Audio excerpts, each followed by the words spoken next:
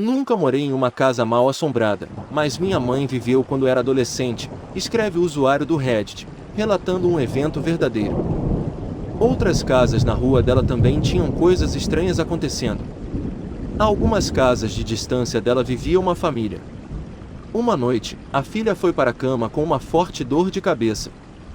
No dia seguinte, ela estava morta, ela faleceu de um aneurisma. Depois do funeral, a família foi embora para esquecer a tragédia, e o pai pediu ao meu tio, irmão da minha mãe, para ver como estavam os animais de estimação. Minha mãe e meu pai, que estavam namorando na época, foram com ele. Minha mãe tinha ouvido falar que havia um piano de cauda e queria tocá-lo. Meu pai estava estudando para ser veterinário. Depois de entrar em casa, meu tio e meu pai foram até o porão para ver os animais, e minha mãe foi até o piano no térreo. Ela estava tocando quando sentiu algo roçar seus tornozelos. Ela pensou que um gato devia ter saído do porão e passado por ela. Ela continuou jogando. E então ela sentiu isso novamente. Ela olhou embaixo do piano e não viu nada. Quando ela começou de novo, sentiu mãos apertando suas pernas com força. Ela correu até a porta do porão, ligou para meu tio e meu pai e esperou por eles. Lá fora, meu tio percebeu que minha mãe estava abalada e perguntou o que havia de errado. Ela contou a ele o que havia acontecido e ele ficou branco. Ele disse a ela que a filha que havia morrido costumava brincar com o pai. Quando ele tocava piano, ela rastejava por baixo, agarrava seus tornozelos e empurrava seus pés para cima e para baixo nos pedais.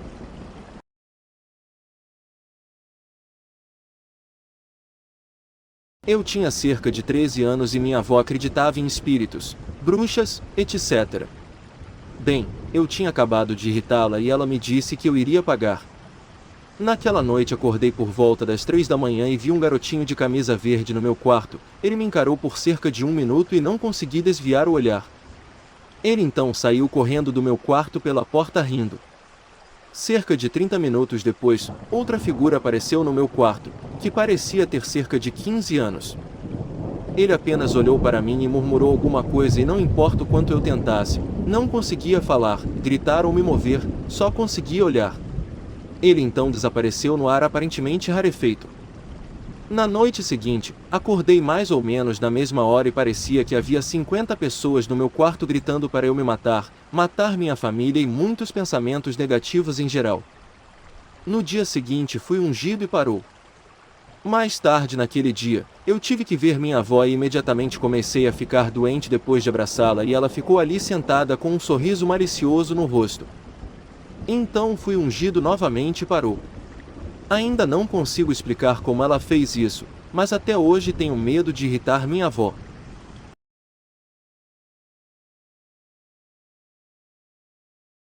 Tenho formação médica e uma certificação que raramente uso, embora continue voltando e pagando para renová-la. De qualquer forma, ofereci-me como voluntário quase imediatamente pensando que ajudaria aqueles que sobreviveram ao Katrina. Esse não foi o caso.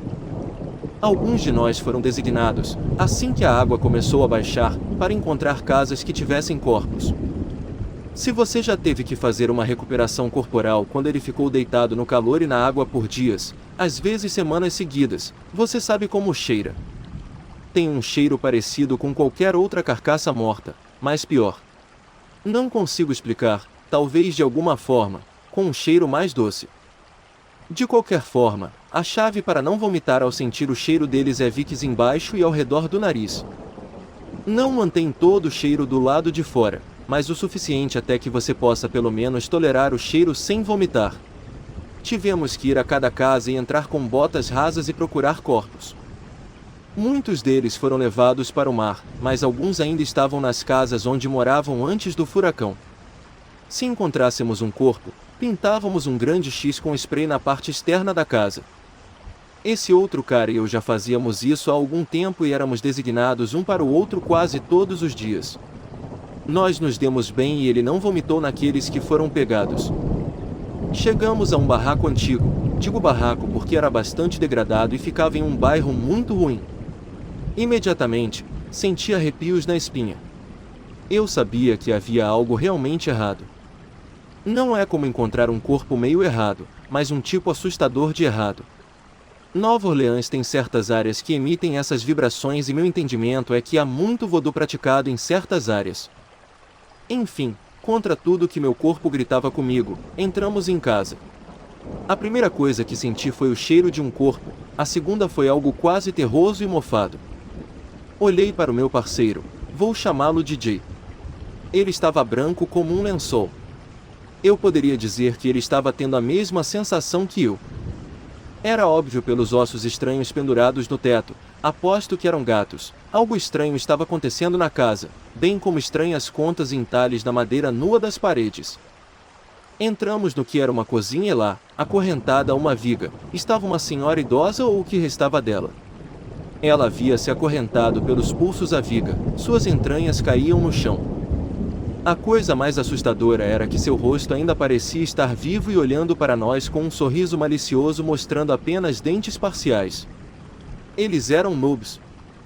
Minha pele começou a arrepiar enquanto os arrepios se espalhavam pelo meu corpo e os pelos do meu pescoço se arrepiavam. De repente, ouvi o barulho de gargalhada mais sobrenatural que já ouvi na minha vida e minha fuga ou briga começou. Jay e eu não saímos dali.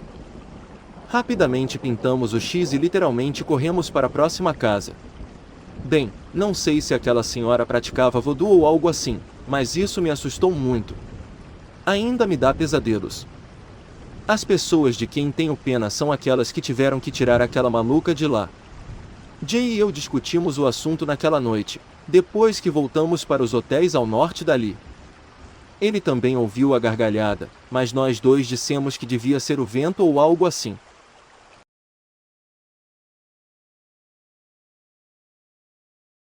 Eu estava acampando com meu marido e sua família em um pequeno e remoto lago no Novo México. Havia cerca de 10 pessoas no nosso grupo e outro grupo de 6 pessoas no acampamento próximo.